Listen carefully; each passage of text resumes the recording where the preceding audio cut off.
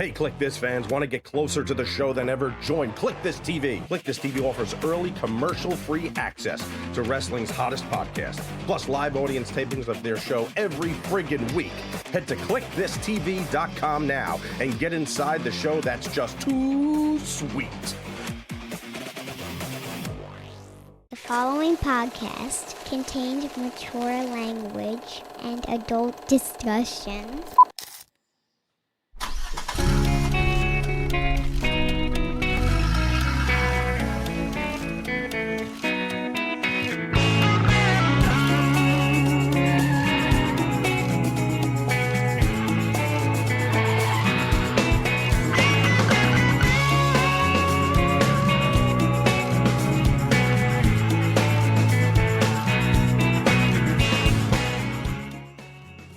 Here we are, Monday morning. Might be Monday morning. If you're trying to grab us right off the jump, it's Monday morning. Good morning. Enjoy your commute with Kevin Nash on Kliq This, the Kevin Nash podcast. He's Kevin, I'm Sean. Another week. What up? I just got a message. So, and I've got my phone shut off, so now I've got to punch in the... I'm looking at your blend with the painting behind you right now, and the teal shirt. I really didn't even think about it either. I came back. I came in from the gym, and it was the closest thing. I feel like this is not the first time that you've coordinated your colors with art. I mean that art. I don't mean that you wore the Mona Lisa's blouse, though that would be hot. Oh, I think there was the orange. I think you kind of 1 week, kind of. I went to Tennessee, so I got orange shit. That's right. Hey, you know what I thought as I was thinking about this week's show? 4 hours after we shot the last one, it feels like we're due for a Sheik promo. So why don't we just put this right up at the top? Sheik has not been a part of our show in a while, so here's a quick. Yeah, Rush's soul. Yes, both of them. Yes, he was tremendous also. Fucking. And my distinguished guest from the Middle East, he's from Persia, from Iran. He is Sheik Khosrow Vasari. Look how young Kaz is, man. Anybody that knows he must have wrestling first come in knows right that there. It's synonymous with the Iron Sheik. Welcome back to the beautiful South Florida area here in Miami. Thank you very much, Mean intelligent American, intelligent Miami City, all American wrestling city. People like you always tell the Mean Sheik, welcome to the Miami. Now, all of a sons, young punk American, come to the WWF, toughest, roughest area in the world, and he beat bunch of American, and he make a name for himself. Exactly. You know who I'm talking about, I know right? Exactly. Exactly. He has no idea who he's talking about. Miami, all intelligent American, Italian, my Banzan, Iranian, all Jewish people, intelligent Jew like yourself, they know about the Iron Sheik. They know who's the Iron Sheik. They have from John F. Kennedy Airport to the Los Angeles, California. They know who's the Iron Sheik. Now, see, their production is so good that they know when fucking Gene's gonna lose. Oh, you got to get off Gene. They just get off Gene and they do it fucking. Just do that fucking one shot. Boom. Get out of that 2-1. Gene's about to lose it. My Italian Panzan. Oh, tremendous.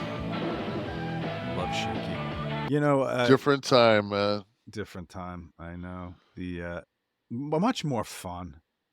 Much more fun, right? I feel like today, with how constricted everything's written and overproduced and run through the computerized checker HAL before it gets spit out as an approved script. Back then, you stood there with Gene. Maybe you had a little bit of the medicine. And although those were usually early in the morning, right? I don't know that the medicine was going on. Sure, shit. That's young Kaz. I don't know what he was like, but yeah, he was. I met him at the end of his run, as far as being in the ring. Right. So he was he was a live wire, man. We have 2 weeks till this election, Kevin. It's here. It's time. Yeah. It's been, God, it's occupied so much time. Time on this show. Time in our lives. You're in your consciousness. Yeah. Fuck your subconsciousness. I just,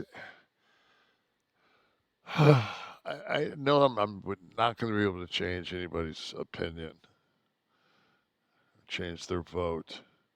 But man, just if you're going to vote for Donald Trump, can you please, like, before you leave to go to the poll or before you mail your ballot in, can you just look in the mirror and say, really? Drink bleach. Like, this is what we're doing now? Like, I'm not saying, Kamala's got got all the answers, but I tell you one thing, man, when she has a convention, she's got all kind of people. She's got blacks, whites, Puerto Ricans, fucking Latino. I mean, it's just You think Chinese. There's a chance? I hold on to the chance that before anyone pulls a lever, and they're alone in a booth, that there's maybe a few minutes of reflection, that it's not the knee-jerk thing that they've subscribed to. I just don't want to have to pay 2,000% on a tariff. That's just what I just don't. I'm just not doing it. You don't want to pay a $1.85 for your Ford F-150? He made a statement, and it was and he said, like, I forget what the exact number was, but it was in the 60s, like a $63,000 car or something like that. Mm-hmm. He said, I'll tax it 2,000%. That car will cost $1.365 million. I'm like, really? Fucking 2,000% tariff? It's a little math issue there. Yeah, I'm thinking, okay, that seems like maybe 20 times, but anyway. This was in Chicago, the Economic Club in Chicago, 2,000% tariff on, I believe, Mexican cars made in Mexico. The issue is, though, we have American car companies making cars. Ford's one of them. Ford, a great deal of it. There's a reason why our countries have these trade agreements. Yeah, they're actually thought out so that they can benefit U.S. businesses. It's free trade. And it's not corporate trade. Corporations, of course, are battling out, but it's not. I should say, at least it's a capitalistic, process. Yeah, but here's what happens, though. You have the system become bastardized sometimes, Kev. We've talked on this show when we did the Kroger numbers from this year, right? Fuck. And we were talking about the price of this, the price of that. People are blaming it on administrations and stuff. Yet Kroger with record profits, and we read the bonus for the CEO on the air. And then you'd have the same thing with, if there are no restrictions or regulations on, if tariffs drive the price of foreign cars higher, these American companies are going to go, wait a minute, there's a built-in profit for us. Even if we come in 10% less than the Honda, we can still go up about 15%. And so in Trump's first run, he decides that he's going to put a 15% tariff on all South Korean washers and dryers. So the Samsungs and the LGs, 15% tariff. They come in. They're going against Maytag and GE. That should give the U.S. a shot in the arm as far as people choosing those brands because they're going to be cheaper. What does Maytag and GE do? Say, oh, fuck, we'll just raise our prices 15%. To everybody. And then there's no win. It's just the middle class just gets hammered. And it might be $300, $400, $500, but I mean, it's just like that can break a lot of people's backs, man. Like, fuck. That flawed thinking, and we talked about the trickle-down economics that did not work of the No. early 80s either. Just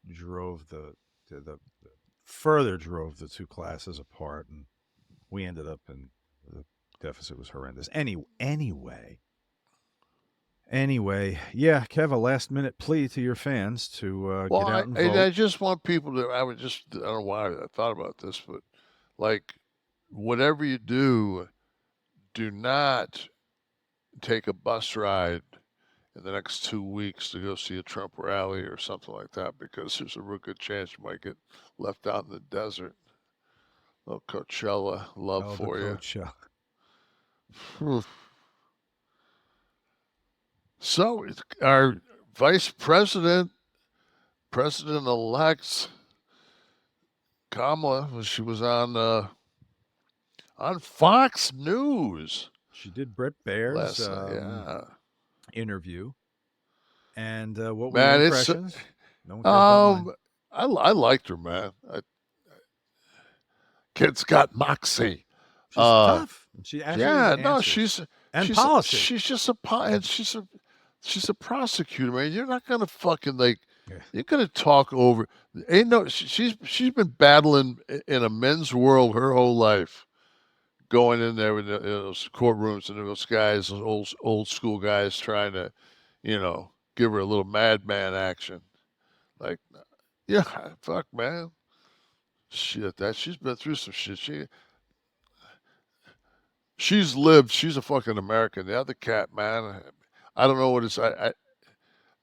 Maybe I'd have a different opinion if I fucking would have came out with like 400, maybe 418. I'll just round it out, say 420 mil. Yeah. More money than fucking SHAQ made playing in fucking 20 years. But not more than he makes shilling for any product you might have. Fuck, he deserves on the market. He was a fucking beast, man. He was a great player. It's remarkable how many as dominant I see him in. Yeah, as dominant as anybody has ever been in an era. And he was dominant for a long time. Mm-hmm. He still could. He was so gifted that still, when at the end of his run, man, he could still. It was like Wilt. He could still athletically. He could just grind a sweet game out on you. Is he your first draft pick for center? See, I'm because I grew up with Alcindor / Jabbar. Like all that UCLA, that Alcindor area of UCLA, and then from him going to the Bucks, which were in our conference, and then we went down to Cobo. I remember watching him play as a rookie. We had an all-star guard named Dave Bing. I think I said this a couple episodes ago, but anyway, Bing took a baseline and dunked on him. I was just like, yeah. But he was super talented, like, 21-year-old kid playing pro ball. You'd rather have him from 10 feet out if you got to take a shot, right? If you don't have a lane, you'd rather have him. If I had to pick a five, and it was the most important thing was, like, would he be my number one option around the basket? It'd be like, yeah, it's like this is the guy I'm going with. I mean, to me, it's Jabbar. I mean, I think he's with that sky hook. I mean, he had that for forever. That's what I'm saying. If someone had to shoot from 5-10 feet out, I would prefer Jabbar. But I mean, to block the lane, you didn't get much more ferocious than SHAQ. And then I would love to have seen,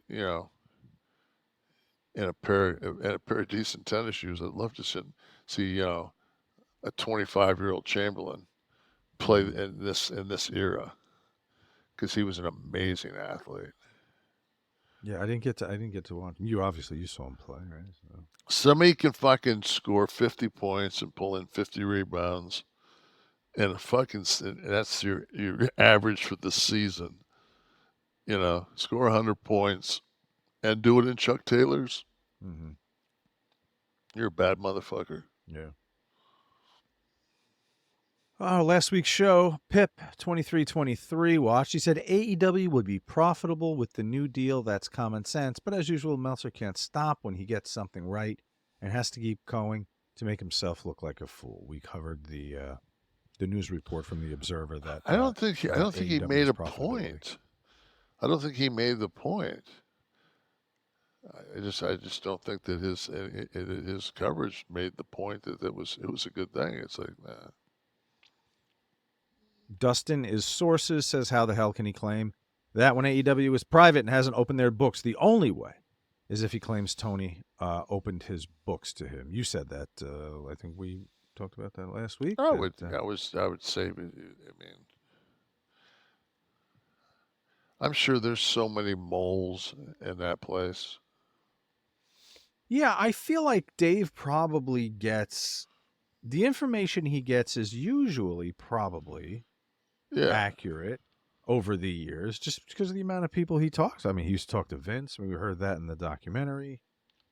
So there was a little bit of quid pro quo, probably. No, he's kind of, I mean, I just had, I became friends with, fuck.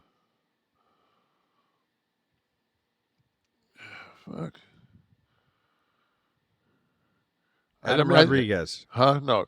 With I'm talking about with Meltzer, but I became friends with fuck, I can't think of his name.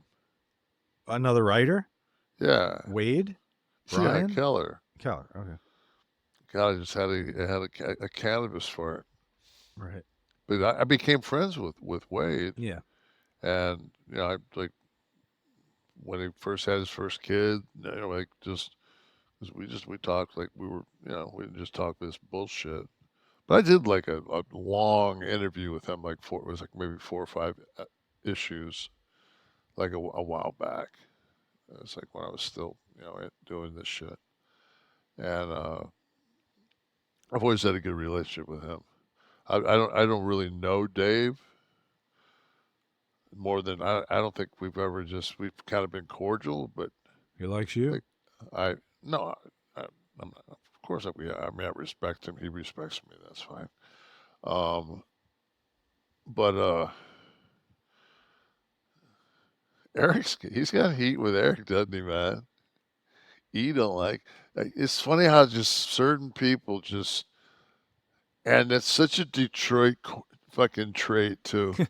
You know, it's so fucking Detroit. Just like, you know, fuck it, man. I don't give a fuck what. No, you got heat. So.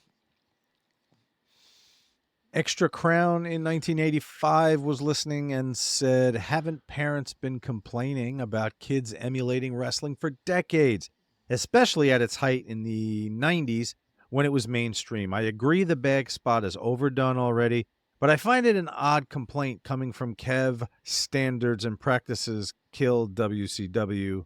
Nash. Standards and practices and fucking a manslaughter in your house with your children. Yeah, fuck. I don't think it's quite apples and oranges there. It's just like that's just not something smart to do. Well, the thing too is that as a kid who emulated wrestlers myself, you know it's a work even as a kid, and so you're throwing working punches and working kicks, and the figure 4 doesn't really hurt unless you really want to hurt somebody. But I don't know if there's any way to work. Is that how you looked at it? What? When you watched it? As a kid? Yeah. Yeah. That it was a work?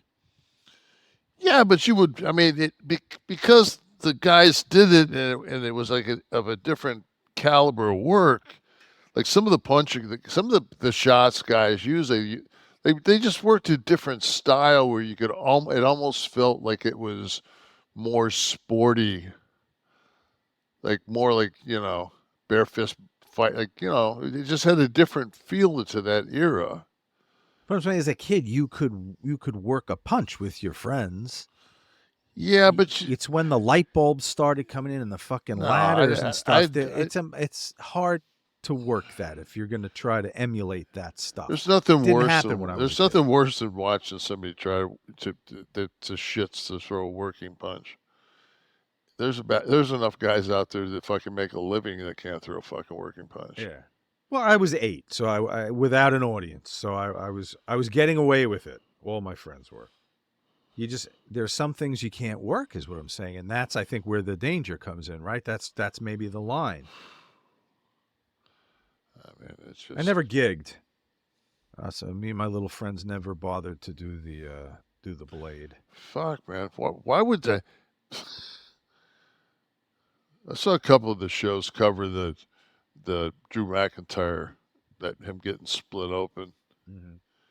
And they went like one of the shows. I'm not going to say who, but they just went over and over and over and over about like what caused his head to get split open, and they had no evidence whatsoever that it was like finally it was like a paint shard. I'm thinking fucking. It doesn't matter what the fuck did it. He got fucking 15 staples. He fucking knocked his fucking. Mm-hmm.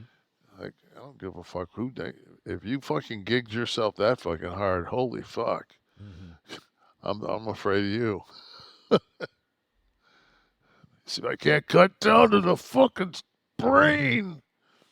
Did you do the thing, Kev, where you to thin the blood, you either took the aspirin or drank beer? Fuck, before we drank. You gigged? We drank. You drank everybody. anyway. That's Shit. Forget who I'm asking. Yeah, fuck. There was.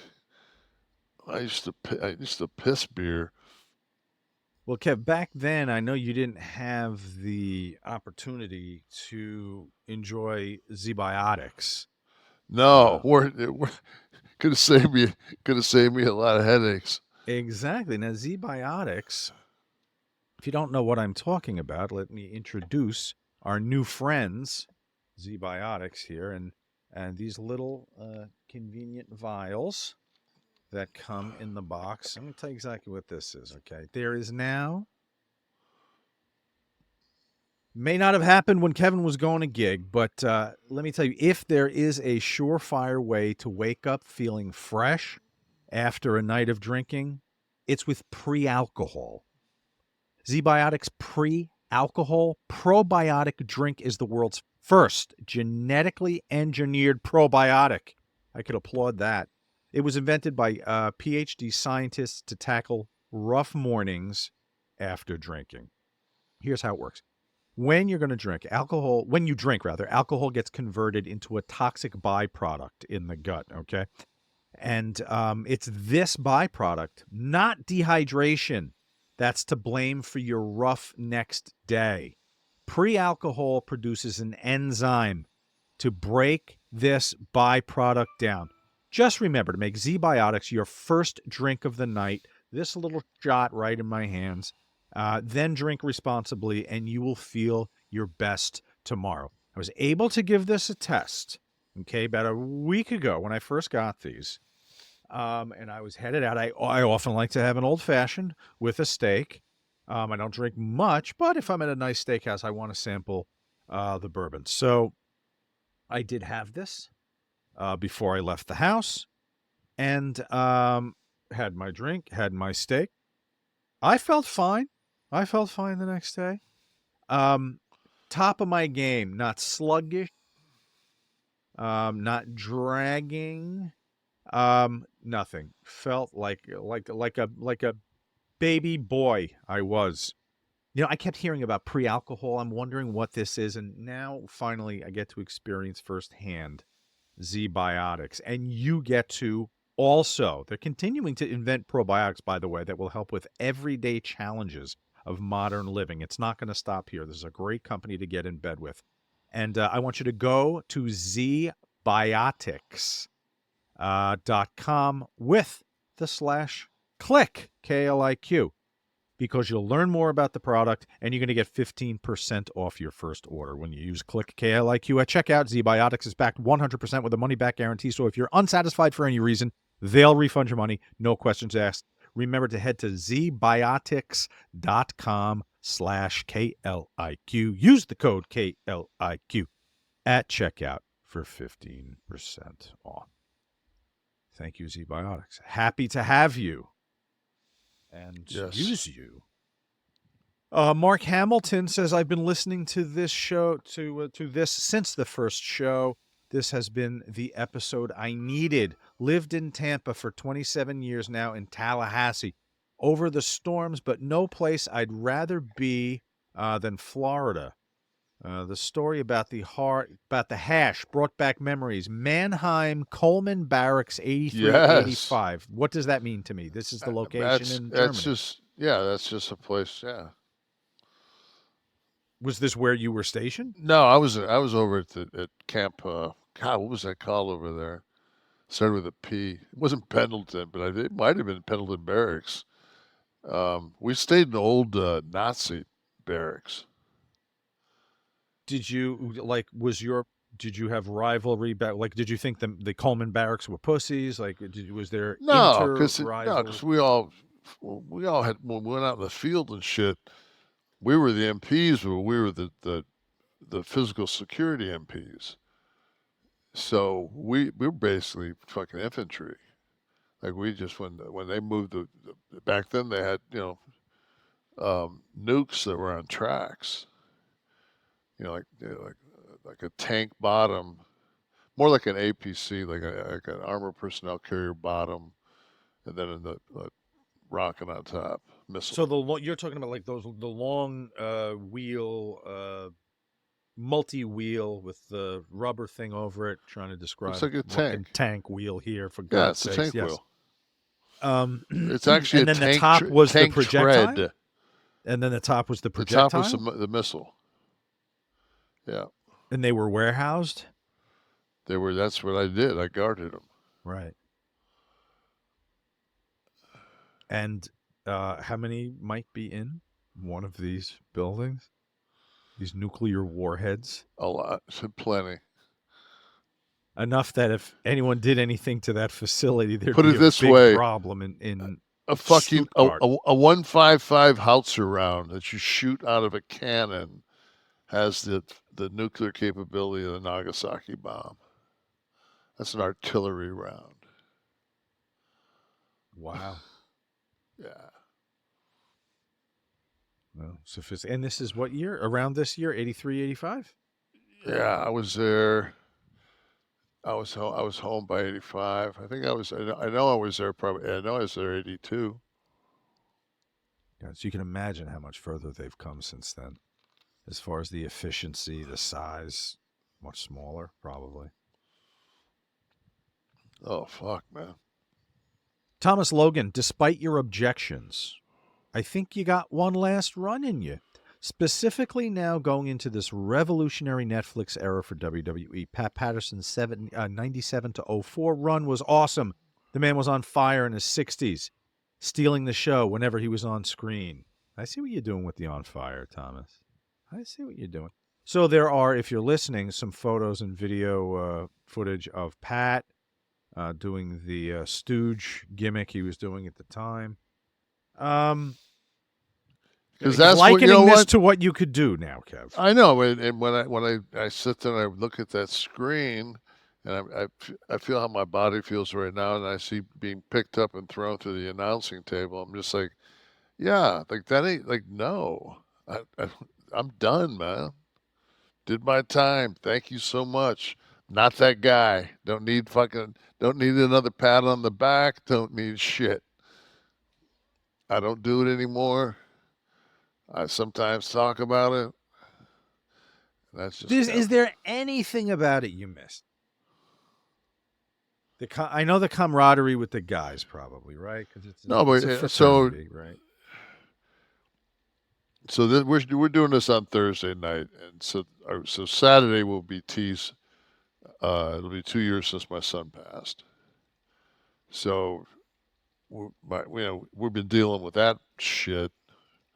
On top of the fact that we had T with us when Irma hit, so, and then after Irma passed, that next the next hurricane that came after, he had already passed. So, but this, we had 2 back to back, and then it just kind of fell on his 2-year, and it was just like, ugh. I just know now. It's like my wife read something to me a couple days ago, and she said, if you weren't strong enough, they wouldn't have not chose this life for you. Like, it's kind of like, like this is just what I'm supposed to do, how I'm supposed to feel. Well, I mean, I think there's a healthy message in there, in that I guess it harkens back a little bit to like the God will never give me more than I can handle in a day. But nobody, Kevin, no parent, I don't care how strong you are or what your constitution is, no parent should have to experience it. And the fact that it's 2 years, I mean, it feels like 5 minutes to you probably, but yeah, no, it's, in my mind, it's still not too late to go, can I have him back? It feels like of that, almost like when he was on the floor and they were working on him. It's just like, man, are you my still in life this bed, is, Kev? when he went No, in are the you car, still in this bed now? yeah. Is his room pretty much the way he left it, or Yeah. did you do anything? Yeah, it's like one of those crazy people shrines to their kid. Nothing's been touched. What, like I mean, I in got his, my shit in there. Don't get me wrong. I've got my 23 sleeping apparatus in there. yeah, but you're still going to come in contact with his stuff. And what's the Yeah. hardest? Is it jewelry? Is it when his sneakers? You know what's Sneakers? no, or it's guitar? it's his fuck. It's our house used to always have fucking music in it. Like that was, I woke up, I listened, I heard music. I went to bed, I heard music. Like we always had music in our house. I mean, since he's gone, those guitars sit over there, the piano sits over there, and it's just like, that's the hardest thing. That was just so much the energy in the house. I know your part of your process is like sleeping in the bed, kind of immersing yourself in your son. Like, No, I mean, number one, he had fucking by far the most, like, way chiller than the fucking guest room where I was. Like he oh, the nicer setting. oh, he had the master of the original house before we built on. Oh, right. Fucking walk-in bathroom, walk-in closet. I mean, shit. He was living fucking large. Big ass. That kid had one of, like, when the PlayStations would come out, his would be like number 7. Like I'd get because he would always know when it was coming, and it was the only thing that made my status mean anything, was the fact that I could usually pull something off with one of the video. Oh, one of the companies to get. Yeah, like EA Sports would right. would hook me up with one. Or is where does how is Tamara, like, when she's got to go into his room for something? Is it? She really doesn't have to go in there, because she doesn't have to go in there. She sticks her head in. She'll sit on the bed sometimes in the morning. If she's gonna go, like, if she's gonna go someplace, she'll sit there for a minute with me before she leaves. Mm-hmm. She's cool being in there. Okay. She I likes, just don't know how I'd handle it, Kev. I put myself in your place, and I yeah, try because I stay in the room, so I shut the door, and then when I leave, I like the room to be open. Yeah. And she's always used to him because he always shut the door, and then you would knock on it. There were sometimes he wanted his privacy, as any fucking 26-year-old male would. He just wanted his fucking privacy. And I remember I got this thing from a hotel, but it's actually it's like a boutique thing. It's kind of cool, but I put it on this door, and I said, now when he said, you got to be responsible enough just to fucking put this on the door so we'll know to leave you the fuck alone. But you will get an 8-hour wellness check. Like you can have. I just want to make sure you're okay. It was like a do not disturb door hanger type Yeah, so it's still there. So I think because when I shut that door in the morning, and she sees that, then that sign's there, and she hears me downstairs. I'm sure for that, just memories. It's just like he's right there. Do you talk to him? Yeah. Yeah. I think that's something I would do too. Do you? Where was your belief system before this, and how has it changed? Did it have to change to be able to get through the day? I think mine would have to. Yeah. I mean, I don't think that I ever didn't have belief. I'd never in my mind said I'm an atheist. Okay. I never had that. I've always, I also am not a God is this great, like God looks like me.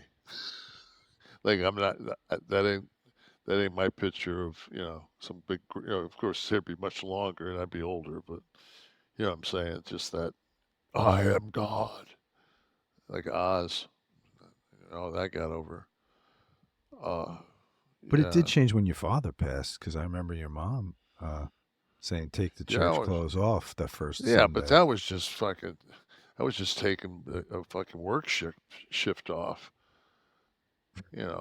Fuck. And so internally, nothing really changed? Yeah, I mean, no, nothing internally. You either believe you. At that point, man, if you believe or you don't believe, especially go through the process at 8 years old of putting your dad in the dirt. You got to have something. You can't just at 8 years old look down at the casket and go, yeah, we're all gonna be just there, same place, just a filament in a light bulb. Once it's gone, it's fucking gone. Like, no, you don't want that, man. I don't want that fucking. That's not my train of thought. How about your brother and your sister? After your father passed.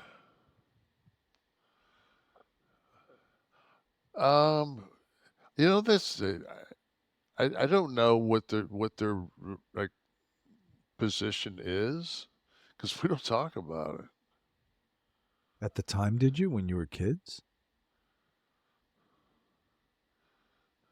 Like, did your sister ever come up to you and say, "Is that in My sister heaven?" doesn't. My sister has no recollection of my father. How old was she when he died? She turned 4,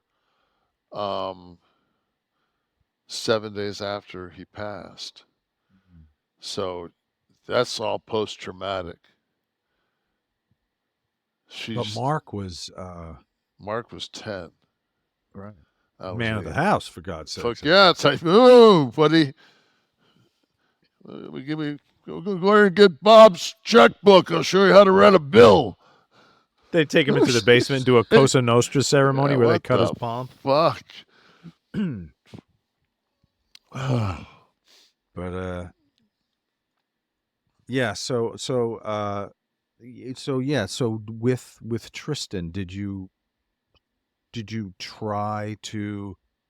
Did you go to church? Did you go some? No, he didn't believe. He didn't believe in anything. And then I don't know. It wasn't long, but it was it was a decent period of time. But I don't know where they went. I know that they went with Tamara someplace. I think they met with my sister-in-law's.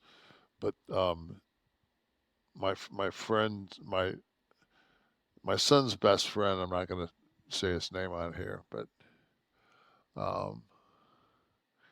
you know who you are, Isaac.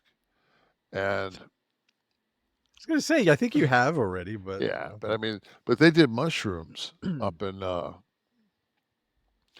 room, and T gave me the lowdown. Like, I said, I've done mushrooms. I know the fucking routine. I'm not gonna fucking come in and fuck you guys and you're tripping or anything.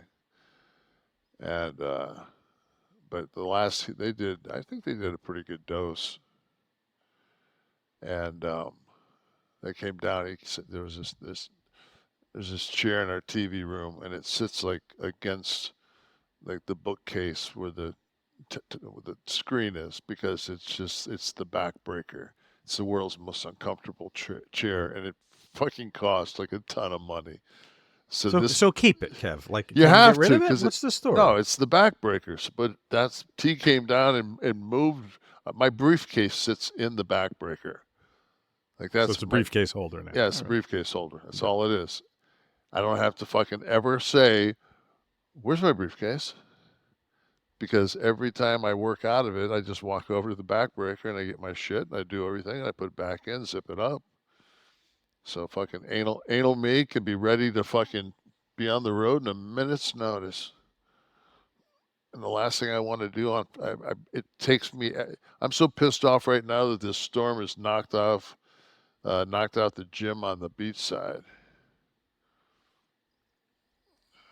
Where do you go now? But you had another one, right? I've got one. My home base is Total Nutrition. It always has been. And then I train. They have like a Greater Fitness that's got like 3 or 4. I think I have 3 now. They've got 3 different locations around town. All of them got pretty similar equipment, those 3 gyms, but some of them have like old school unique pieces. Mm-hmm. Like some of the original hammer strength, this bigger frame, so it fits me better and shit like that. So, but the to the backbreaker for a minute. Yeah, what's that? But you were on the tripping incident with Isaac and yeah. So he sat in the chair, and we just were looking at him, and everybody was just kind of staring at each other. He goes, like, what I thought before, that there was like nothing. He goes, there's something. And he just got up and fucking walked out of the room and walked back up to us. So I don't know what you want to call it, but back in the 70s, we just thought, what happened to you, man? You see God? Orange sunshine. Boom. Now, Tamara's spiritual. Yes. I don't know. Is she denominational? Is there a formal? No, she's such a kind human being. It's just like, her family was probably religious, right? I'm stereotyping given the background and the location. Her biological sperm donor,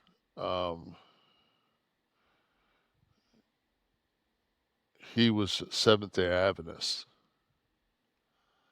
which is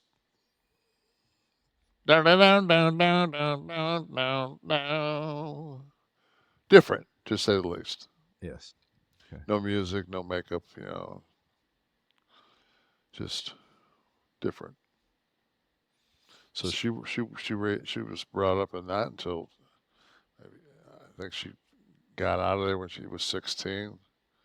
Oh, all right. So like by the time you'd met her. Oh no! By the time I met her, she was normal. Yeah, well, she was free. Yeah. But from being fucking her dad was an asshole. He's abusive. He's still alive too. So Jerry, fuck you. I'm guessing she doesn't have much contact. No. He's not coming for Christmas, based on what I just heard. No, he won't be. Not a fucking fan, sir. Is her mom still with him? No. Oh, all right. Her mom's sitting down right now with my wife. It always makes, every time I do podcasts, my mother-in-law comes over to hang out with Tamara. They have a little daughter's mom night and have some little food, make some kind of fun food that I don't eat. But, So in other words, she'll have the they can grass-fed chicken. no, I mean, they can actually have for flavor in their food. They don't have to eat micros and macros. They don't have to like, what are we having? Did you weigh it? Tam's mom doesn't ask for the colostrum with her No, her chicken. no. Tell you what, though, I mean, the colostrum with was it AG1 that used to be one of our sponsors? Yeah. They've grown up and left the nest. And Tamara, she uses AG1. Like that's her every day. She does that with that Armara, whatever it is, that colostrum. Mm-hmm. Yeah, I enjoyed the AG. I ripped through that when they were sending that. Yeah, us, me too. I single-handedly credit us with their new success, their wide success, and the fact that they're on television all over the place. I hope. I hope that for all of our advertisers that we when our kids grow up and leave the nest. Kevin, I don't want to leave Tristen because I said this to you today. Tristan's part of this show and always has been, and it's of course a very conscious thing. And we've been talking about his passing, but I would like to talk about his life a little bit. Is there like a go-to memory that'll crack you up whenever you need it, that you think of something either he said or he did that'll make you laugh, that you kind of have in your pocket? Yeah, there was one time, man, he had really never sat down and watched the Tonight Show. He was young too, man. He might have been 7, 8 years old. And no, he was maybe 12.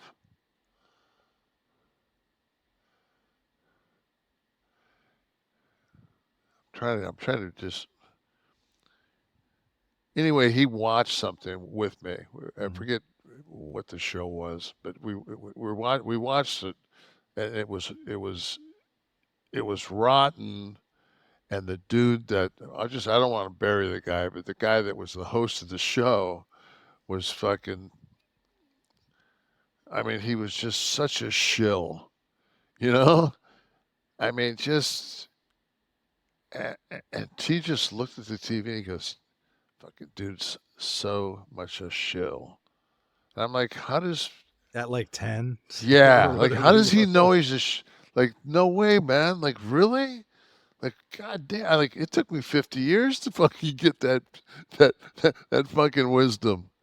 As I said, I've always, Tamara and I have said, since he passed, that when we look back at specifics, he was such an old soul. He'd been here so many times. When did you first notice that he was? I was going to ask you the question. This is a perfect. I'm going to ask you, when did you know he was special? Because everyone thinks their kid is special, of course, but Tristen was so gifted. Not just the music. I just mean his perspective and his insight and stuff. When did it first manifest? Was it when he was very young, like even before that 10-year-old? I think no, because he was, like I said, like, in second or third grade, whenever he started playing the piano, it was like everybody else played Twinkle Twinkle Little Stars. He played fucking the theme to The Godfather.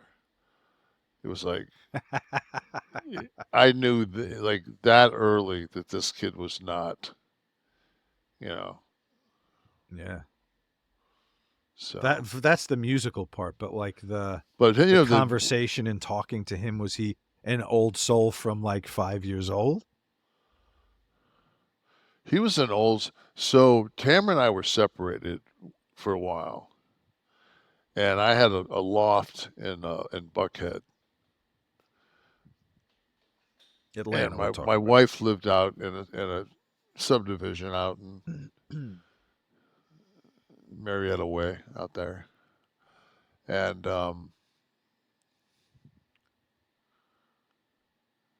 T would come stay with me at the loft.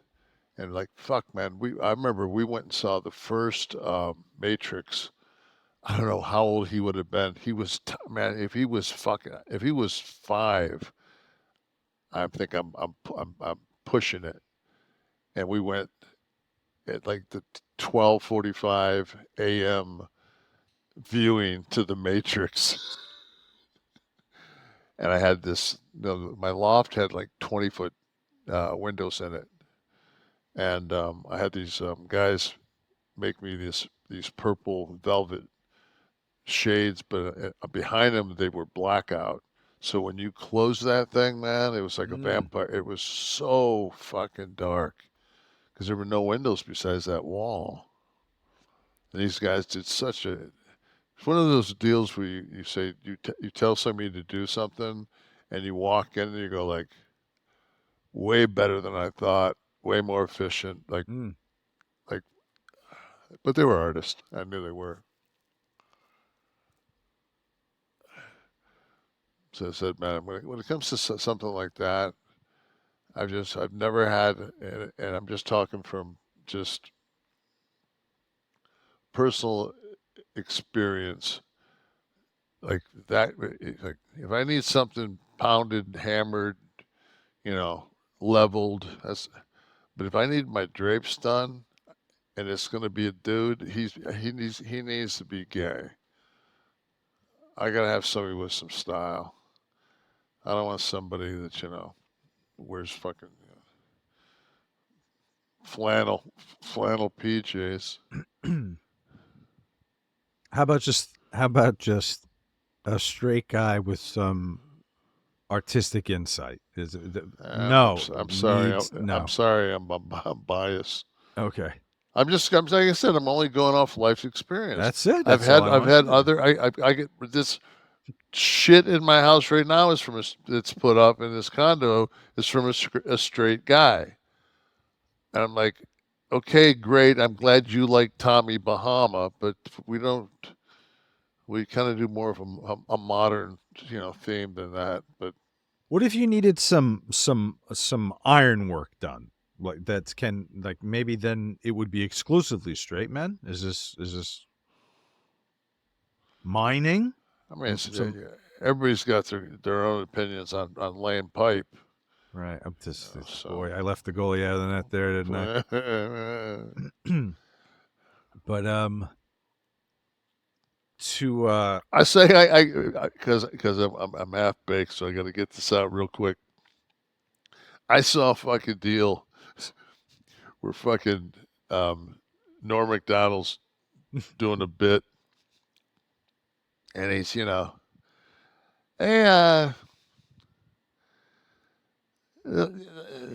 trying to think of how he did it. I don't want to ruin it. Is this showing the picture of picture of his son? Is this that routine? No. Okay. Nah, fuck, I can't even. So it escaped, went down the hole before you could grab it. Yeah, and it was there too, and it was fucking. It was actually going to be good. That's another thing. Tristen was very funny. He would have been a good comic, I think, because his stuff was very. It wasn't like the Jerry Seinfeld relatable everyday life thing. It was like you had. It was somewhere hold on like now, Stephen Wright and George Carlin. Because I went ahead and I just funneled T. I said, T, what was I going to say about Norm? And he said, you were going to say the joke. And I said, I'm thinking, like, I can't remember. He goes, so Norm's at like a sex party. And he said, and it's an S&M party. And he says, you got to be a masochist before you can be a sadist. That's the way it goes, He says, so you're going to fuck me up my ass. And he says, you need a safe word. And I said, I don't know. How about boring? Boy, that didn't work out well for me. Safe word is boring. I said, what the fuck? Like, and that's T would hit me with those all the time. And sometimes I just have to be like, okay, you're killing me, but fucking just be T for a while. Yeah. Oh, he'd stay in the persona, you mean? Oh yeah, he'd do like he'd stay. Yeah, it was like Hunter S. Thompson. Fucking yeah, he was.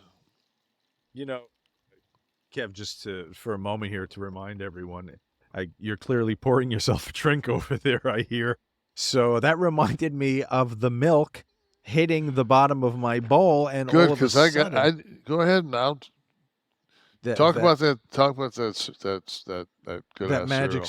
spoon, the loving spoonful here. Yeah. As a kid, I loved cereal. Who didn't love cereal? But as an adult, you start to become concerned about other things. I think there was a shooting in Nash's condo just now. I don't want the sugar. I don't want the less than healthy things that for me or my kids.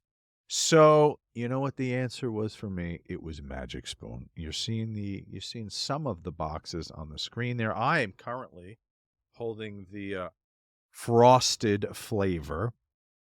If you're already listen, these cereals are nostalgic. They taste just like my childhood favorites, all right? But without the sugar and a ton of protein. If you're already a Magic Spoon fan, then the big news is you've been loving on the cereal. The high protein treats, light, crispy bars, okay?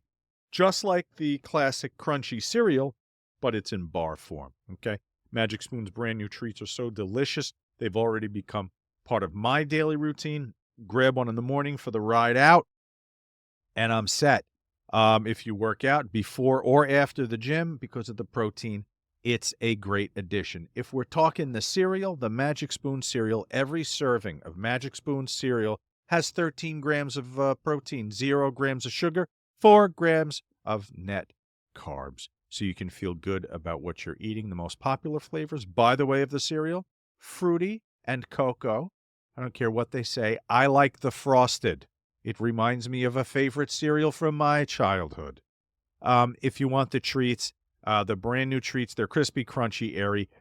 Very easy way to get your 12 grams of protein on the go. And for the first time ever, Magic Spoon treats are available in grocery stores with delicious flavors like marshmallow and chocolatey peanut butter. But if you want to take advantage of our offer here, go to magicspoon.com/Kliq, Kliq, and you'll get $5 off.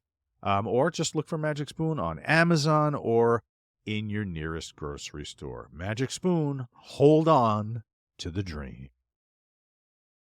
Thank you, Magic Spoon. Love your cereal. Who sang that? Hold on to the Night was Richard Marx. Hold on to the night, hold on to the memories. I wish that I could give you more. I thought that, but that's not the song. That's not the song. It's probably Harry Chapin you were thinking about, based on. No, I'm trying to. No, you can't throw 2 or 3 people at me at once. Yeah, you're fucked now. It's done. Ask Tristen, because he gave us. He didn't give a fuck. He's like that.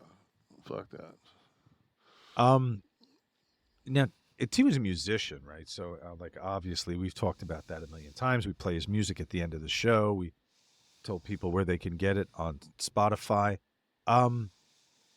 If he had his druthers, would he have done that professionally as a career, long term, or did he just love playing? He wanted to go the full distance. I think you don't.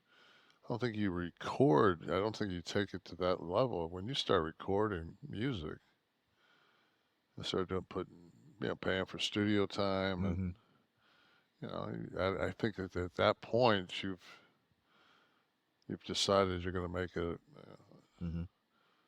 your job. So, but I mean, I like I told him, I said, it may not look like it because we may not drive Rolls Royces and everything else. But I said, but I did okay, and I said I don't spend it. So I said, your mom don't spend it. I said, and you won't either. Like we'll all, everybody will do fine. You'll get what you need, and you can stay as long as you want.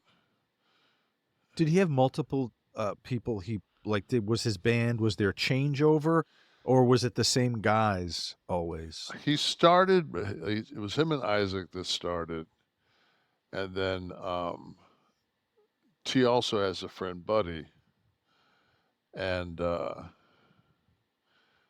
Buddy is he's a good drummer. Only another one of our friends, Handu, he's an amazing drummer.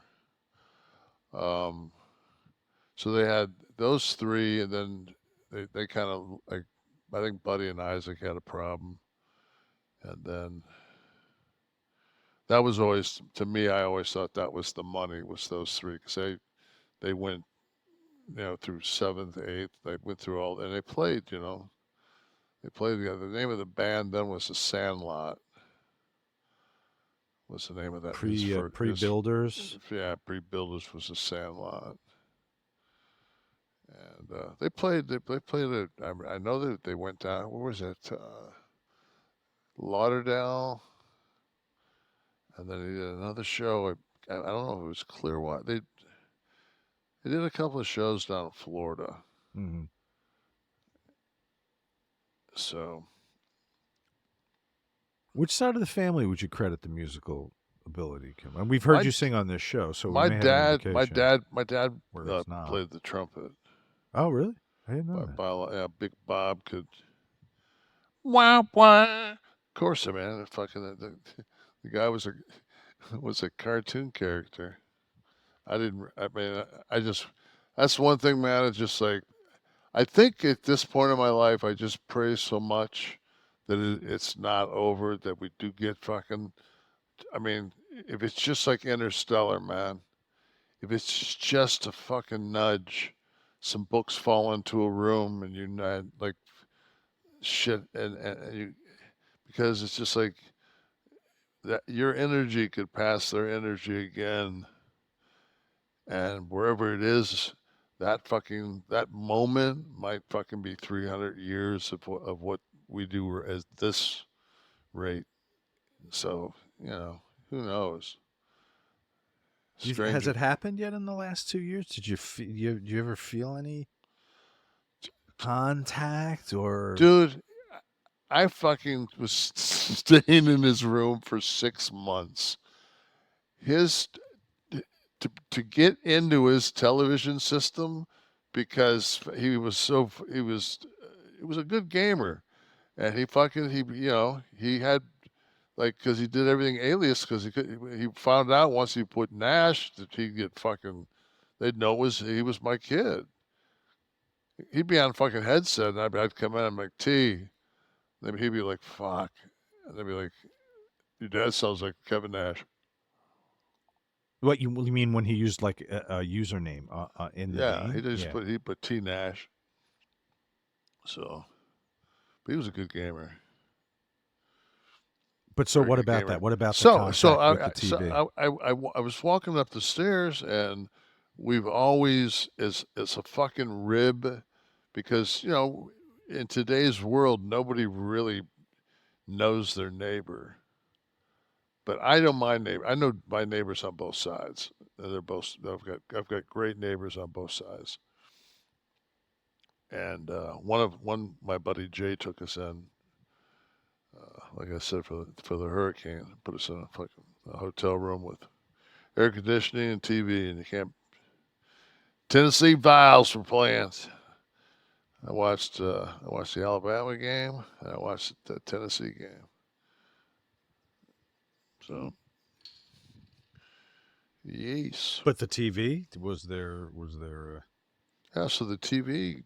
So I'm going up the stairs, and the Christmas tree's on because we want to be weird. And I had noticed in T's room that it's lit up.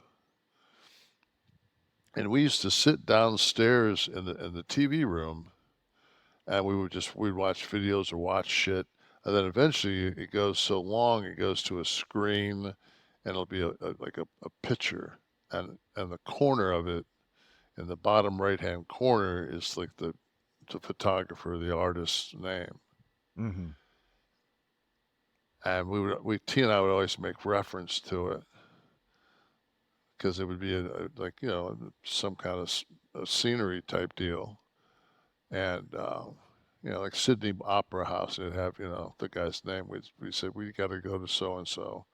So the whole world was these different people that we had come up with. So well, in rounding out our time with him, T, you'd be proud. I'm really stoned tonight. This isn't like some memorial show or anything memorable, whatever. It's just been 2 years. It's been 2 years, but it needed mention and it needed discussion because he's been a part of this every week. No, I know. This show is between our names, this is for T, and I just don't want anyone to think that I'm trying to, profit or entertain you by the death of my son. I promise you, it's not. It's just, it's good for my soul to talk about him and to make Absolutely. sure that no one would begrudge you that. I just want to make sure it's. And you made a conscious decision to go through this with the audience. Well, they've been with me since day one. Yeah. A lot of the people that listen to this show have listened since T passed. Mm-hmm. So to those people that obviously if they've been listening for that long, I must say something that makes some sense to them. So I want to continue to be sensible. Where do you think T would have stood on Rhino and Bob Ryder being inducted into the TNA Hall of Fame?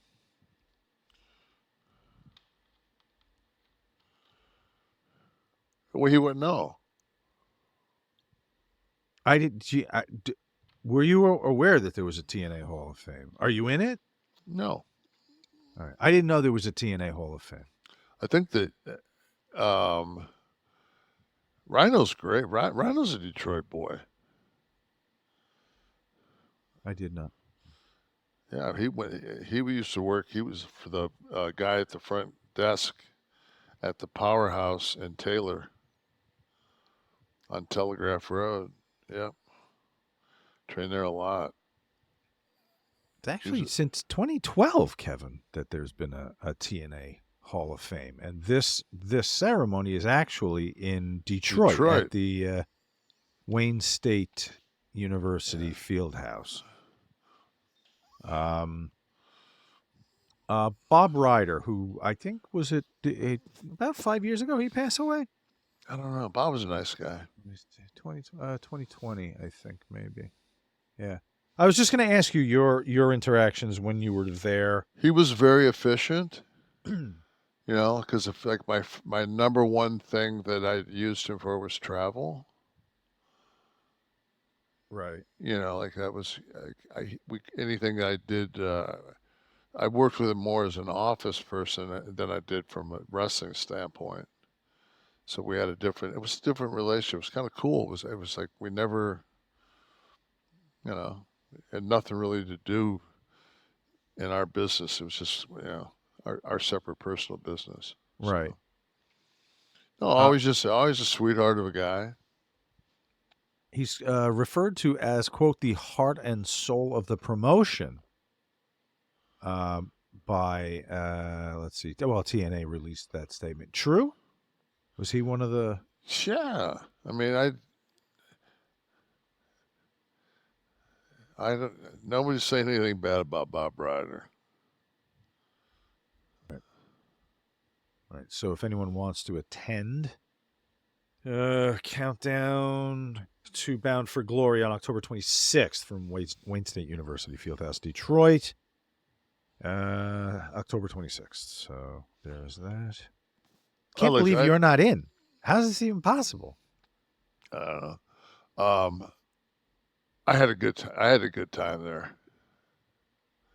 I had some fun there. What was TNA for you? And when you look back at the whole career, was it as...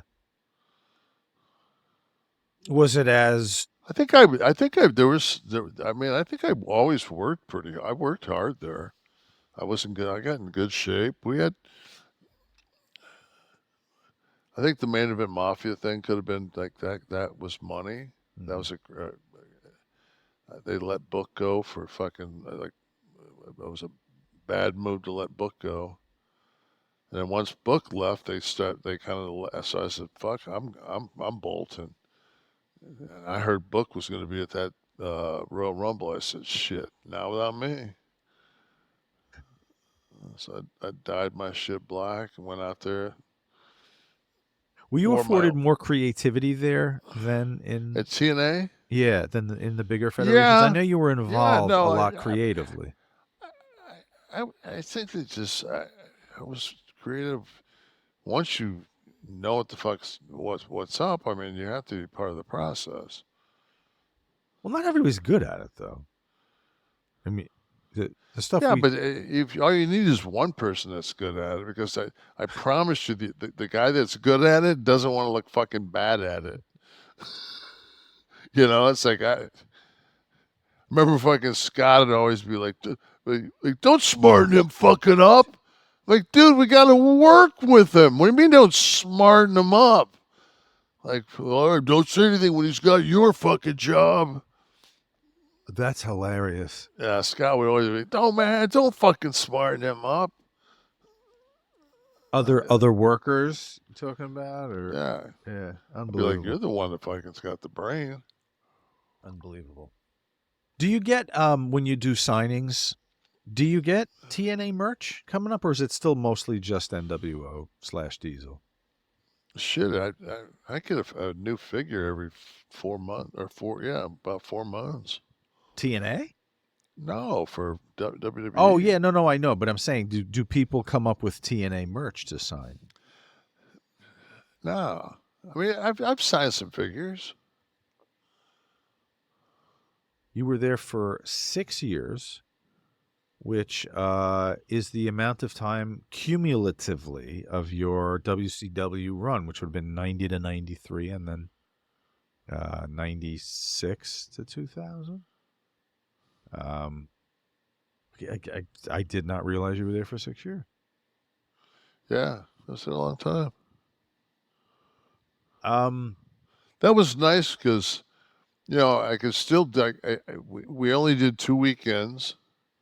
Mm-hmm. One weekend and then another taping. So we worked 2 weeks, 2 days, 2 weeks apart. So 4 days total a month, 5 when you did the pay-per-view.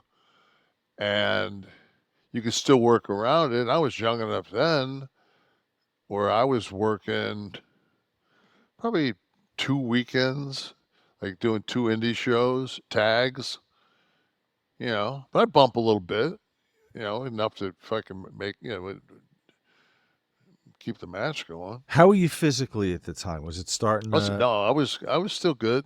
Okay. My knee was really starting to get to the point where it was just like, I'd been in pain for so long with it, man. It was so fucking bowed in and just dissolved and just weak. And I finally, you know, I got when I got it done. I mean, I knew that I was done wrestling. Whenever I said, when I go to get that done, that's it. Like I'll never do, because, you know, once you get a knee replacement, you got a G.I. Joe leg. It bends like this. Oh. It doesn't have any rotation. Oh. No. What about your neck? Was that before or after TNA? Which one? Which time? I've had my neck broke twice. Right. So yeah, because you were, what was your age? TNA was... I was probably 43. Oh, all right. That because you still maybe you did that 55. You had the match. I know I was 50 still working at TNA. I'm pretty sure I had gray hair. I had long fucking gray hair at TNA. That was one of my fucking things I always wanted to do. I always wanted to fucking look like Sam Elliott in Roadhouse and play that character. Or Bob the Killer in... but I was just too much of a jack-off, so... Kev, regardless of what your age would have been in TNA, had you had LUMEN at the time, which is the first handheld metabolic coach. Well, I was at that age when my metabolism was rapidly changing. Right. And you could have taken several measurements throughout the day to see where your metabolism was. This is a device that measures your metabolism through your breath, okay? And on an app, a corresponding app, it lets you know if you're burning fat or carbs and in what percentage, and it gives you tailored guidance to improve nutrition, workouts, even sleep, stress management. All you have to do is breathe into the LUMEN. You're directed by the app, drawing in the breath, breathing out. You do that first thing in the morning, you're going to know what's going on with your metabolism, whether you're burning mostly fats or carbs. Then LUMEN gives you a personalized nutrition plan for that day based on those measurements. You can breathe into it before and after workouts just to let you know where you are in the metabolism process. It is this simple. Guys, it's so important because metabolism is the body's engine. It's how you turn the food that you eat into the fuel that keeps you going, okay? And because it's the center of everything your body does, optimum metabolic health, it translates to a bunch of benefits: weight management, improved energy, etc. So if you want to take the next step in improving your health, you're going to go to lumen.me. LUMEN, LUMEN.me/Kliq, Kliq. You're going to get 15% off your LUMEN, LUMEN.me/Kliq. 15% off the purchase. Thank you, LUMEN, for sponsoring us here as we roll on. There was a piece this week I saw that it's unbelievable to me, first of all, that the Montreal Screwjob still gets play. Well, what's left to say about it? If you're not going to have the debate that we talked about, is it a work or not, what the hell is there to talk about? There was a headline I come across about Bret tells the truth. I thought there was going to be something revelatory here about the punch. So they did exactly what they wanted. They got you. They got me to click the goddamn article. Exactly. Because it came out, they referenced a new interview with Bret. I thought, that's exactly how long they'll do it. Forever. Yes, I know. It always works. You know what came Come on, out? man. If they had, you wouldn't watch a half-hour live TV show. They said they were going to, like, open Kennedy's assassination files. Like I would, with the expectation that I'm going to get something fucked that I don't have before. You're going to get fucking Al Capone's fucking vault is what you're going to get. Didn't Geraldo say he was going to vote for? Oh, he was going to vote for Kamala. Oh, did he switch teams? I'm sure. Yeah, I think it was yesterday. He kind of buried her after the Fox thing, though. So, but he said he was going to vote for her. Hey, you know what came out this week? Al Pacino's autobiography. So I'm listening to that, and I can't. Now, he's 84, but he's one of those guys that kind of stays off camera recently. He had some cameos. You talked about a film, right? Yeah, so the one with Michael Keaton. Right. And he had a series, the name's going to escape me. The guys can put it up, where he's kind of a Nazi hunter type thing. Was it Nazi hunting that was going on there? I don't know. I actually watched the series. I found it very forgettable. There you go. Hunters. Perfect name if you're hunting Nazis. So he's been away from me for a little bit. So I started listening to the audiobook. And it's like your great-grandfather sitting down telling you the story. There's so little Pacino. He's got the iconic voice and everything. And there's so little of that left. It's lost in a garbled kind of old man sound. He did have a Shrek phone case, though. I did see online the other day that his daughter. You know, he's a legend. I'm not shitting on him. I'm just saying. Oh yeah, I think you that's forget people age when they're in the zeitgeist. And I also think, man, that's the beauty of it. That you can carry a Shrek phone case, or just that you can kind of get it burned into people's minds as a as you're forever Diesel for some people, you know. You're forever the 37-year-old guy holding up his fist. You know, that's fine. As long as somebody's got, like I always used to say, I'd rather have somebody fucking dislike me than go like, eh. Oh, absolutely. Obviously, indifference is fuck, death. man. Yeah, like, take them or leave them. Fuck, hold on. Fuck you. Right. Take them and leave them. No, Just yeah. want to say, I liked you, but then you lost your 3-piece junk, Nash. You're a lady man, and I can't believe you turned into a Democrat. Fine. Oh, by the way, you can consider yourself unfollowed. They have to tell you. How could you possibly unfollow me when I'm blocking you? Like, I don't need your shit. Fuck, are you kidding me? I've gotten so bad that I didn't pick up my phone for like 9 hours yesterday.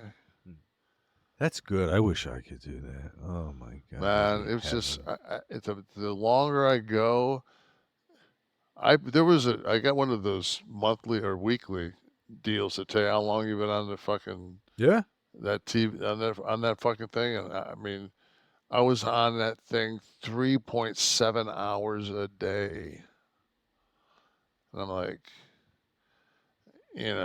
that's probably on the low end for some people. Oh, I tell that to people, and they're like, dude, I'm like, yeah, but you're computer savvy. Like, what am I going to do? Google shit all day? Pretty much. But, fuck, man. How about a little Florida man Jersey guy who returns this week? 2 headlines. I don't think all right. Yeah, I haven't. I think the last 3 I got wrong. Well, we took a little break last week. We did the Dear Sexy. Yeah, but it still didn't. Still wasn't a win. So. Well, you had a bye week though. Sometimes you just need the bye to get back on the field. We'll see. All right. So 2 headlines. One an actual headline from Florida man. One actual headline from Jersey guy. Here's the first one. Man charged with transportation of Irish citizens who entered the United States unlawfully.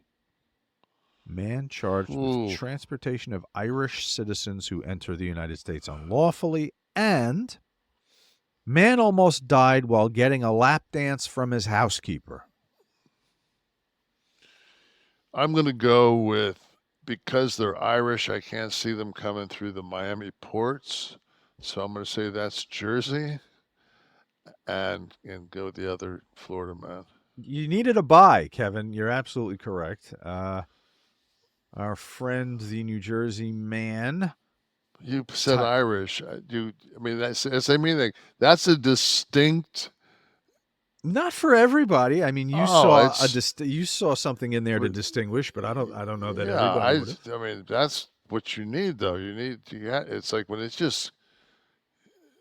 Your famous line: "Man drives truck into building. Man drives." No, Jeep I said the 7. It was a 7-Eleven. I said guy drives a 74 LTD.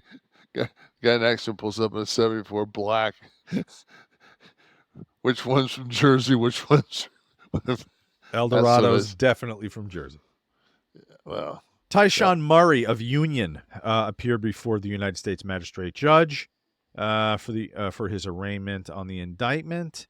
The charge is unlawfully transporting citizens of Ireland who enter the United States unlawfully. Believe it or not, he faces 5 years. Up to 5 years if convicted of that crime. The Irish, they're all over. They're eating brisket. First time offender. I bet you the guy doesn't do 18 months. I doubt it. So again, it's I think people don't see a threat when they hear that headline. And then our friend down here who almost died from getting a lap dance from his housekeeper. I'm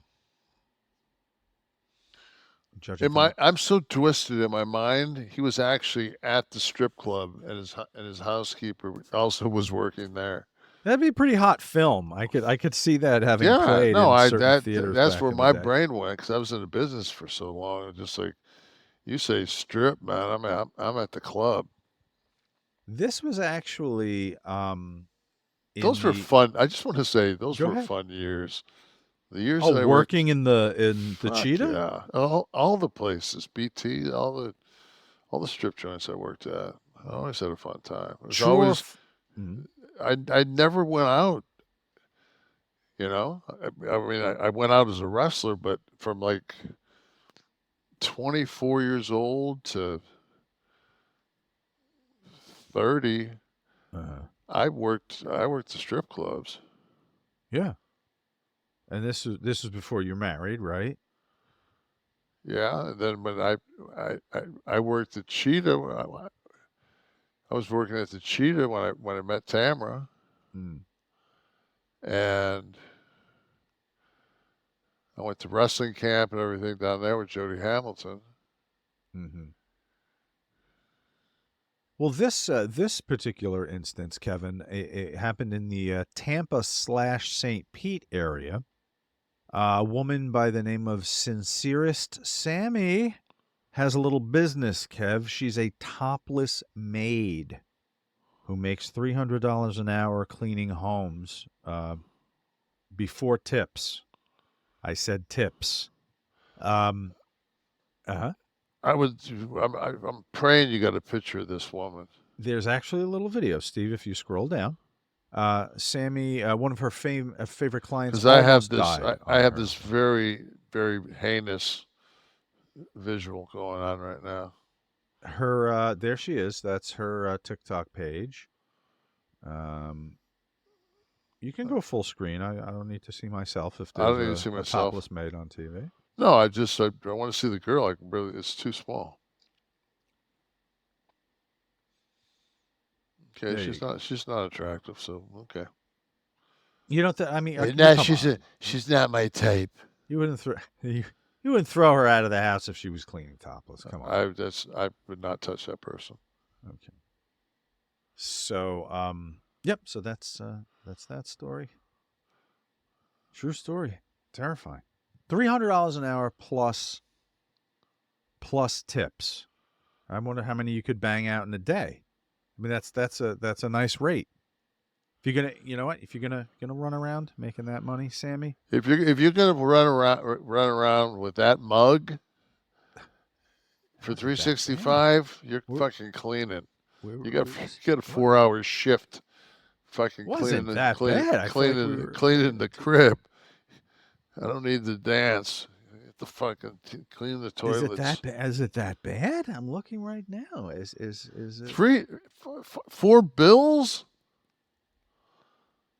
Are you fucking shit? $400 fucking dollars for that? For some cats, that's the closest they're getting to it. God bless them. Well, I hope there's a little more of Sammy there with her cat eye makeup. Listen, I hope Sammy knows that Rocket Money can be the total financial tool that she needs. They won't touch her. She's too trashy. We all carry subscriptions that we don't know about. Rocket Money does a lot for you, the simple app, but the way I found it, and Kevin found it, was in their subscription management. Maybe multiple people in the home signed up. Maybe you have a recurring subscription for years that you completely forgot about. Okay. 74 people, over 74% of people have subscriptions that they've forgotten about. That's a breathtaking statistic. And a company like Rocket Money is here to help every one of those 74% of the population get rid of subscriptions that they've been forgetting about or didn't want. Okay? And the interface is so easy. You're looking at it right there. You see them right in front of you. Boom. You tap them with your finger. It's gone. Most Americans think they spend about $62 a month on subscriptions. You'll be floored when I tell you the real number is closer to $300. Okay? Huge difference. Even if it's just a couple of subscriptions that fall off your radar, those recurring payments are gone for the entire year. Puts money in your pocket over the course of the entire year. Rocket Money is a personal finance app that helps you find and cancel unwanted subscriptions. It monitors your spending too and helps you lower your bills. Okay? We want you guys to take advantage of the deal we have. Over 5 million users have, and that's a total of $500 million in canceled subscriptions, saving members up to $740 a year. Stop wasting money on things you don't use. Cancel those unwanted subscriptions by going to rocketmoney.com/Nash. That's rocketmoney.com/Nash. Thank you, Rocket Money. All right, Kliq This. We're back, the Kevin Nash podcast. The high spot of the show can always be considered when I'm talking about Get Blitzed Lit Aid and our friends Mickey, Ray, Sinatra, and Courtney. Nano-infused Delta-9 THC sip and syrup. It was their first commercial. product. This commercial always makes me smile. Yeah. I always pop for this. Yeah, I love it. I love the ad. Yeah. They do great things. It's a cool company. We're working with him on this, the amazing seltzer. I can't wait to meet him. Yeah, we gotta do a meetup. Nice. Maybe we'll do Yeah, definitely, man. We should all go to do Mania. Do something at WrestleMania. It's going to be in Vegas. Absolutely. That'd be fun. Stevie's right there. You know, the syrup that you mix in with any beverage, like a tea or a white soda, little as a teaspoon, fast onset, 5 to 15 minutes. These are all words that anybody who's living California sober, so to speak, would like to hear. Nano-infused, by the way, means it goes right to the bloodstream, bypasses the breakdown in the liver. It works like alcohol. It's a tolerance killer. If you're in Maryland, you can visit one of their Stay Lit smoke shops. But for the rest of us, it's legal to ship from the Get Blitzed website to almost all 50 states without a med card, as long as you're over 21. And right now, you can save 15% by entering in the code KLIQ at checkout when you go to get-blitzed.com. That's get-blitzed.com. And try the Delta-9 THC Sip and Syrup Lit Aid from Get Blitzed. And here's the special offer, the special giveaway, these special cans. These were the test cans, so we could approve the flavor. These cans will not be sold with the old logo. They're redoing the artwork, and it's almost ready now. But if you want one of these, the way to do it, Mickey and Courtney will send you it if you order 2 bottles or more of the Get Blitzed Lit Aid. All right, you'll get one of these limited edition cans. And if you spend over $200 on the site, you get to pick 2 of these cans. Just let them know in the comments which flavor you want, key lime or blue raz. Thank you, Mickey and Get Blitzed and the whole shabizzle that's going on there. I can't wait till these are in the stores. I love these. The flavors are tremendous. Wish everybody could have one now. Mickey, we got to make it happen. Everyone needs one now, goddammit. So go for it. Yeah. Reach under your seat. Case. Hashtag Ask Nash is how you're going to do this part. Go onto the socials, type hashtag Ask Nash, and that's how you get to Big Kev, like Aaron Carter did. Hey, guys, I dig the podcast. I'm not sure the official way to ask a question, but I hear a lot of the same type questions. Mine is simple. What's your preference, indica or sativa? Sativa. Not even. There's never a time I would want to smoke indica. Maybe a sativa indica blend, but I'm a sativa person. Very good. I don't like that. I don't like. It makes you too mellow. Yeah. The sativa, like this is a nice blend I took tonight, and I don't get stoned very often, and like I did drops. I usually do like it's like at 5 milligrams. I did 10 tonight, so I basically double dosed myself. So there were times, man, where I was just like, now my body still metabolizes stuff so fast that in 2 hours it's gone. Right. You know. Oh, like really? So you'll be down in 2 hours. I'm done. Wow. I mean, just in the last 5 to 7 minutes, it's slowly just like broken away, and I'm just like, oh fuck. Boy, I'm thinking to myself like, wow, there was a couple of times there where fucking Sean I left the fucking oar in Sean's hand there. Like, hey, I just so I can steer you back here, big man. It's always fun. What- Keeps me on my toes. You know what happens though when I talk about my son though is it's hard to talk about him and keep a thought because as soon as you turn that projector on, there's 25 films going on in your head of all the just, you know, Mm. and it's such an overload as far as what you want to express, and then you just end up, then you become very happy, you become very sad, then you're just like, Yeah. and then it's so.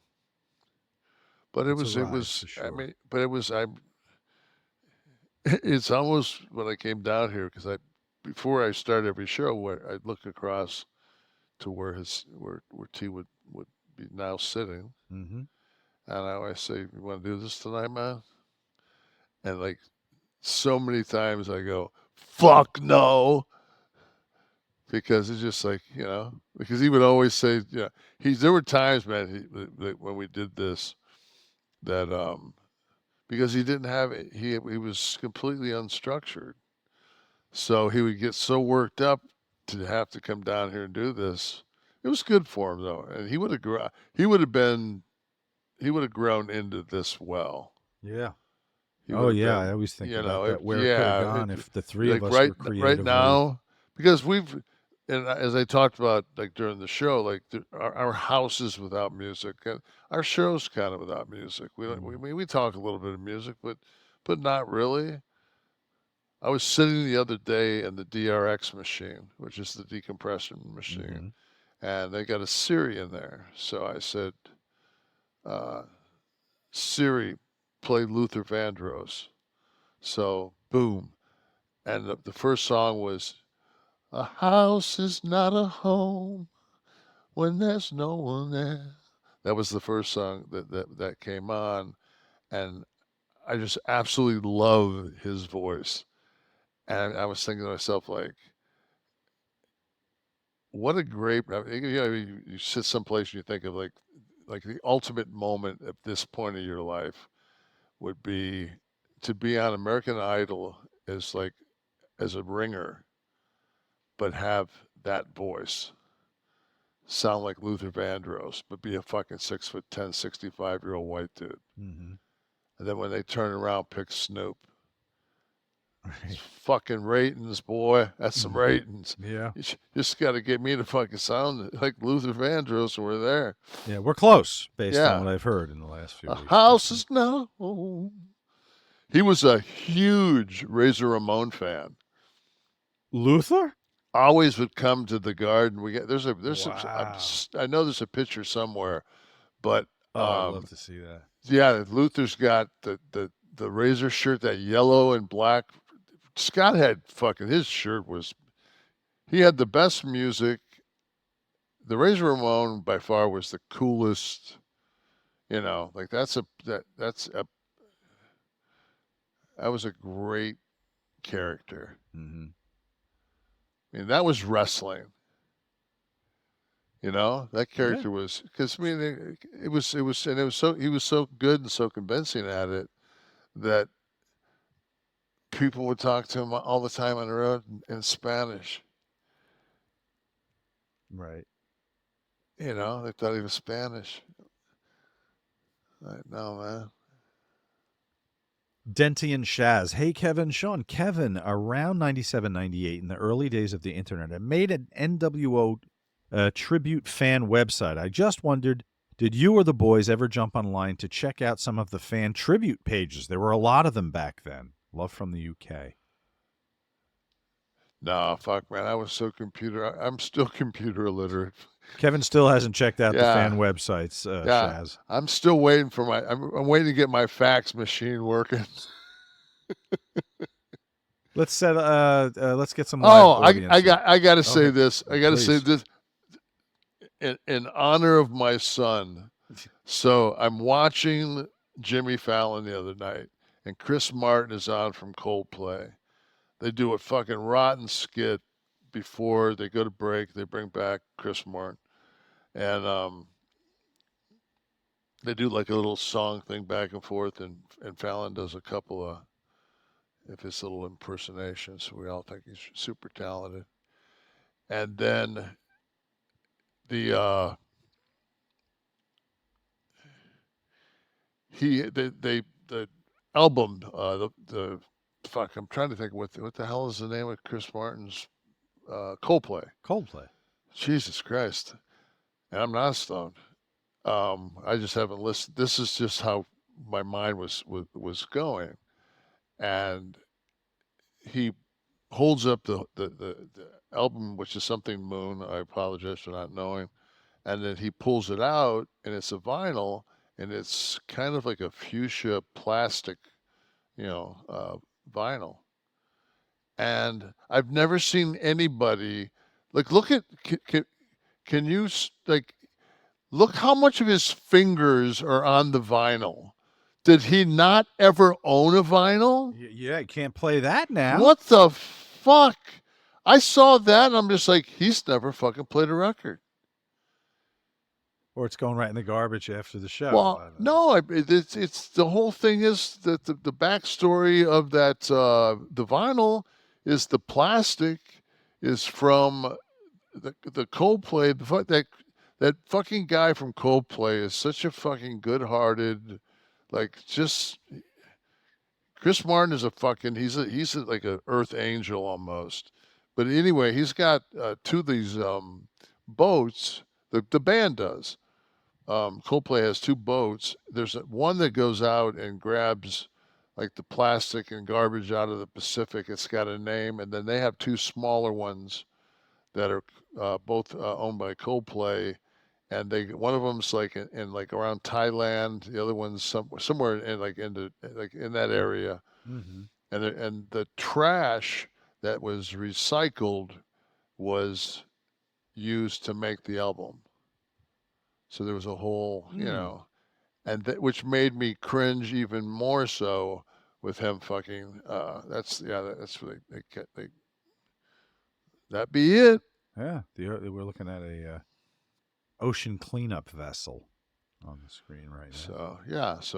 But T would always say what a shill Jimmy Fallon is, and he was trying to come across on the same wavelength as Chris, and it was like. It wasn't there. Right. Let's Not see. that I'm saying Fallon's a dick or he's a bad guy. It just, T always thought he was really corporate, like the show. Got it. Yeah. Covered. Live audience question. What do we got here? Who is here? Hey, Ben Lutz, did you hear about the recent Rikishi Russo heat? Is that why I saw Keish was his podcast was getting hot. So Steve, jump in here. Do you know about this? Give me quick inform here if this is worth pursuing or is this just They're both my friends. I'm not going to pursue anything. No, pursue to find it, to listen to it, for me to look for it, or is this a stupid yeah, but I don't bring it up on our show. Well, no, I mean, you can bring up... Ben Lutz was curious if you knew. Oh, no, I don't know anything, and I wouldn't talk about it. Wouldn't be my place to talk about it. Another question from the audience. Thanks, Mr. Nash. I got some R&B artists you would like, maybe. Where do I send it? Can you tag them on one of the socials with a link to the song? Probably be the easiest way, right, Kev? Yeah, I think what he's saying, artists. By the way, pleasure for me to be here with Nash. With the Nash and Sean Oliver. Thank you, Mr. Banks. Mr. Banks. I want to close with this one last question here, Kev. It was from someone called Cartoon Canadian. He wants you to settle a bet.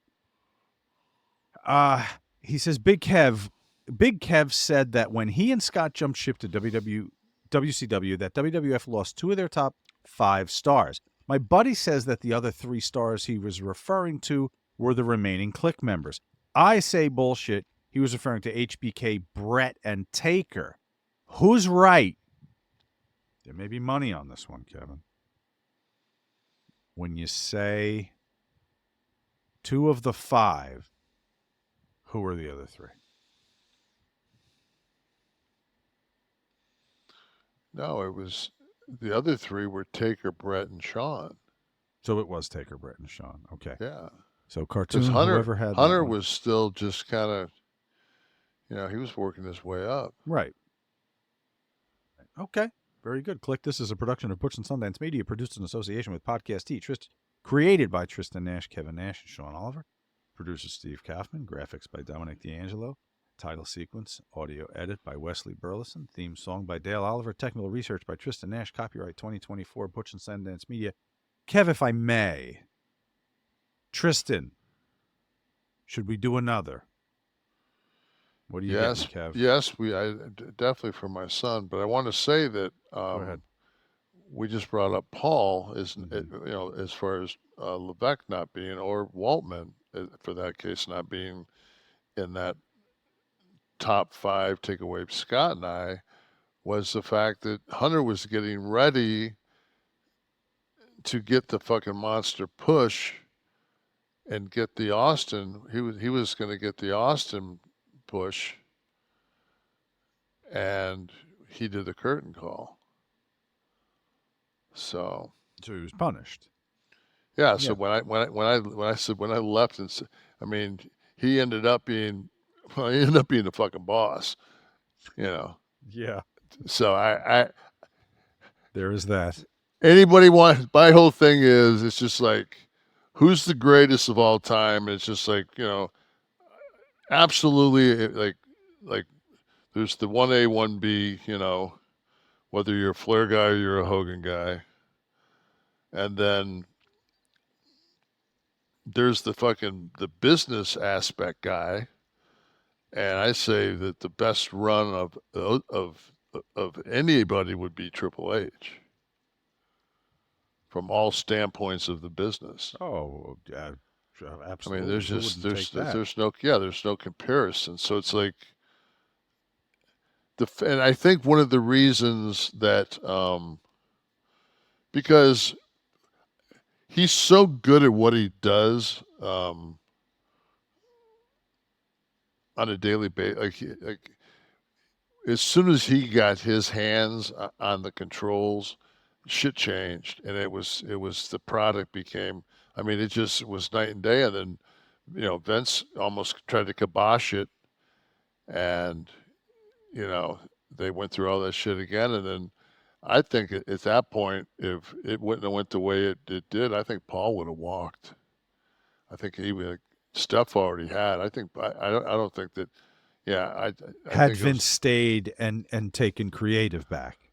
I have a few. Yeah, we never had the conversation, but I know Paul. I just think that it was like, fuck, man, like. But I heard some others. I have talked to Paul about some other things. I know some information things that made me feel really good when I heard, how they felt, Endeavor, how they felt about Paul. Right. So, yeah. Well, this was just to answer that one, settling a bet for Cartoon Canadian. And, yeah, but I felt like that kind of slighted Paul, and I would never want to do that. Okay. Hey, how about next week? I said yeah already. I said yeah to my because my it has son. To be the close. It has to be the close. Yeah. So for fucking T, man. You want to do it on this network or another one? This one.